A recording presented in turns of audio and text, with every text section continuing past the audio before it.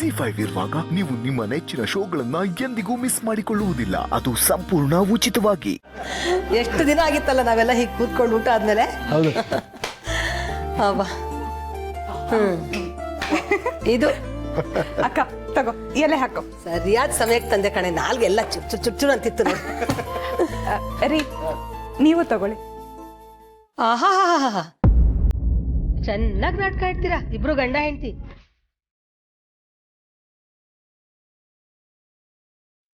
ಅಲ್ವೇ ಊರ್ಮಿಳಾ, ನೀನ್ ಎಲೆ ಅಡಿಕೆ ಮಡಿಸ್ಕೊಟ್ರೆ ಅವ್ನ್ ತಿನ್ನೋದು ಅಂತ ನನಗ್ ಗೊತ್ತಿಲ್ವಾ ಕಳ್ಳಿ?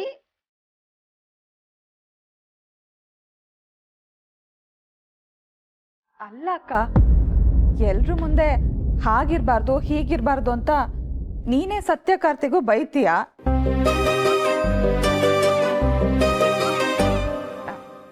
ನಮ್ಮ ಯಜಮಾನ್ರು ನೋಡಿದ್ರೆ ಎಳೆ ಮಗು ತರ ಆಡ್ತಾರೆ.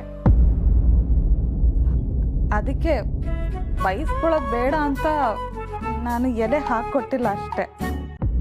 ಗಂಡಸ್ರೆ ಹಾಗೆ ಕಣೆ, ಹೆಂಡತಿನ ಪ್ರೀತಿ ಮಾಡ್ಬಿಟ್ರೆ ಅವಳ ಜೊತೆ ಮಗು ತರ ಇದ್ಬಿಡ್ತಾರೆ. ಅದೇ ಹೆಂಡತಿಗೆ ಗಂಡನ ಮೇಲೆ ಅತಿಯಾದ ಪ್ರೀತಿ ಇದ್ರೆ ಅವನಿಗೆ ತಾಯಿ ಆಗ್ಬಿಡ್ತಾರೆ.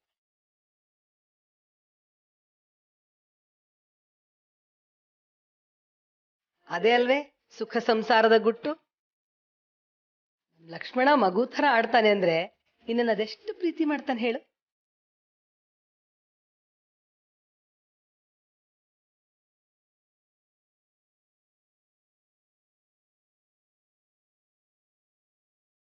ಅದಕ್ಕೆ ಕಣೆ ಊರ್ಮಿ, ನನ್ನ ಮೈದ್ನ ಅಂದ್ರೆ ನನಗೆ ತುಂಬಾ ಇಷ್ಟ. ನನ್ನ ತಂಗಿನ ಅದೆಷ್ಟು ಚೆನ್ನಾಗಿ ನೋಡ್ಕೋತಾನೆ ಅಲ್ವೇನೋ ಲಕ್ಷ್ಮಣ?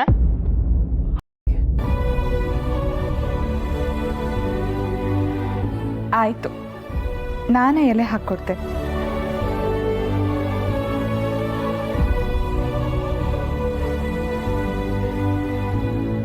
ಪದ್ಮಾ ಅವರೇ, ಆಗ್ಲೇ ನಾವು ಊಟ ಮಾಡ್ತಾ ಸತ್ಯ ನಿಮ್ಗೇನೋ ಹೆಲ್ಪ್ ಮಾಡಿದ್ಲು ಅಂತ ಹೇಳಿದ್ರಲ್ಲ, ಏನದು? ನಮಗ್ ಗೊತ್ತಿಲ್ಲದೆ ಇರೋದು.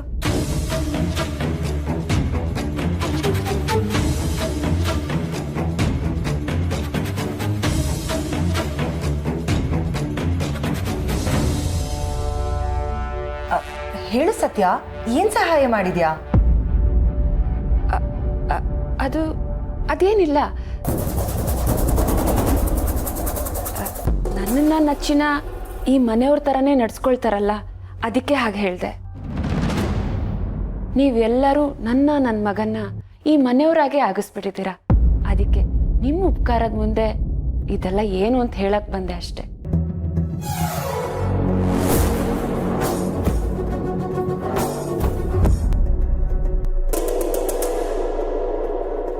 ಡಾರ್ಲಿಂಗು, ಆ ಸತ್ಯ ಎಲ್ರೂ ಹೇಗೆ ಬುಟ್ಟಿಗೆ ಹಾಕೋತಿದ್ದಾಳೆ ನೋಡು. ಸುಹಾಸ್, ನಿನಗೆ ಇಲ್ಲಿ ಸತ್ಯ ಎಲ್ರೂ ಬುಟ್ಟಿಗೆ ಹಾಕೋತಿರೋದಷ್ಟೇ ಕಾಣಿಸ್ತಿದೆ. ಆದರೆ ಇಲ್ಲಿ ಬೇರೆ ಏನೋ ನಡೀತಾ ಇದೆ. ವಿಷಯ ನಾವು ಅನ್ಕೊಂಡಿರೋ ಅಷ್ಟು ಸಿಂಪಲ್ ಆಗಂತೂ ಇಲ್ಲ.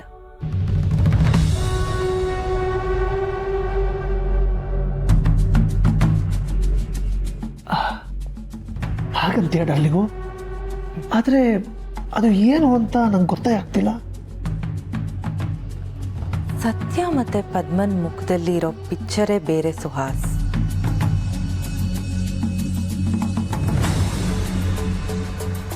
ಅದು 100 ಕತೆ ಹೇಳ್ತಾ ಇದೆ.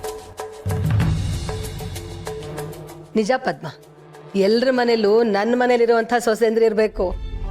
ಮನೆಗೆ ಬರೋರ್ನ ಹೋಗೋರ್ನ ಸರಿ ಸಮಾನವಾಗಿ ನೋಡ್ಕೊಳ್ಳೋಂಥವ್ರು. ಆಗ್ಲೇ ಅಲ್ವಾ ಮನೆಯಲ್ಲಿ ಶಾಂತಿ ನೆಮ್ಮದಿ ಎಲ್ಲ ನೆಲೆಸೋದು. ನಮ್ಮ ಅತ್ತೆನೂ ನನಗಿದನ್ನೇ ಹೇಳ್ಕೊಡ್ತಿದ್ರು. ಅದೇನೋ ನಿಜಾನೇ ಅಮ್ಮ. ಸತ್ಯ ಥರ ಮನಸ್ಸು ದಿಟ್ಟತನ ಎಲ್ಲರಿಗೂ ಇದ್ದಿದ್ರೆ ಸಮಸ್ಯೆನೇ ಆಗ್ತಿರ್ಲಿಲ್ಲ.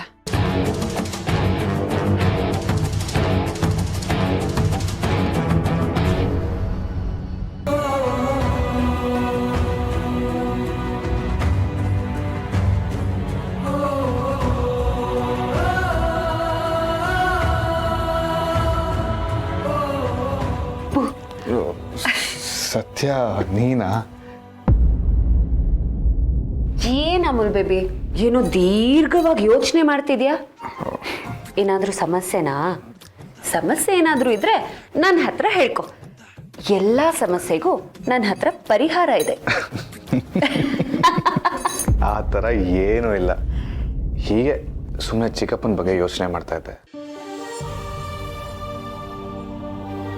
ಚಿಕ್ಕಪ್ಪನ ಬಗ್ಗೆನಾ? ಅವ್ರ ಬಗ್ಗೆ ಏನಿದೆ ಯೋಚನೆ ಮಾಡೋದಕ್ಕೆ? ಇತ್ತೀಚೆಗೆ ಚಿಕ್ಕಪ್ಪನ ಗಮನಿಸಿದ್ಯಾ? ಚಿಕ್ಕಪ್ಪ ತುಂಬ ಚೇಂಜ್ ಆಗಿದ್ದಾರೆ ಅನಿಸ್ತಾ ಇದೆ.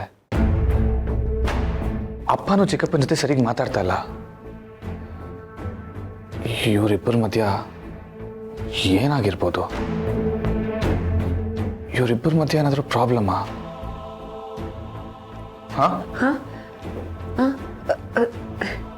ನನಗೆ ಗೊತ್ತಿಲ್ಲ ಅಮಲ್ ಬೇಬಿ.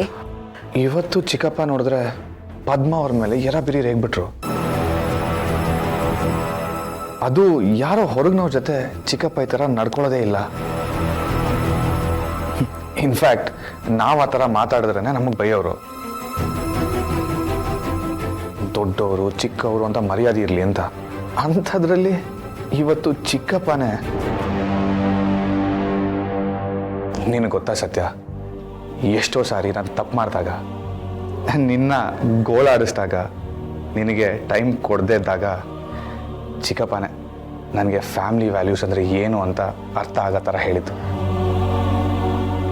ಈಗ ಅವರೇ ಯಾಕೆ ಈ ಥರ ಆಡ್ತಾ ಇದ್ದಾರೆ?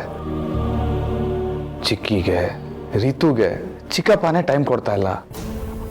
ರಿತು ಯಾವಾಗಲೂ ಚಿಕ್ಕಪ್ಪನ ಬಗ್ಗೆ ಕಂಪ್ಲೇಂಟ್ ಮಾಡ್ತಾನೆ ಇರ್ತಾಳೆ.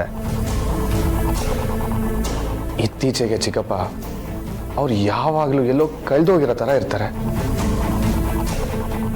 ಯಾಕೆ, ಏನಾಯಿತು ಅಂತ 1000 ಪ್ರಶ್ನೆಗಳು ನನ್ನ ತಲೆಯಲ್ಲಿ ಓಡ್ತಾ ಇದೆ. ಅದರ ಉತ್ತರನೇ ಸಿಗ್ತಾ ಇಲ್ಲ. ನಿನಗೆ ಗೊತ್ತಾ ಸತ್ಯ, ಅಪ್ಪ ಚಿಕ್ಕಪ್ಪನೇ ನನ್ನ ಜೀವನದ ರೋಲ್ ಮಾಡೆಲ್ಸ್.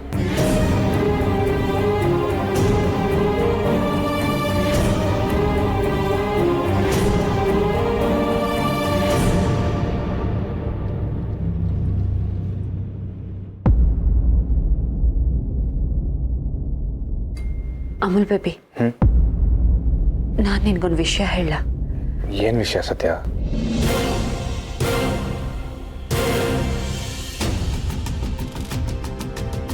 ಹೇಳ್ತೀನಿ, ಆದರೆ ನೀನು ಯಾರಿಗೂ ಹೇಳಬಾರ್ದು.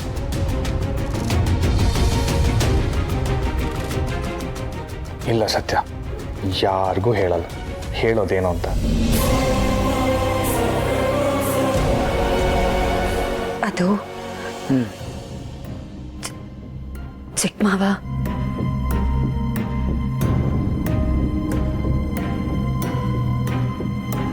ಚಿಕ್ಕಪ್ಪ ಚಿಕ್ಕ ಮಾವ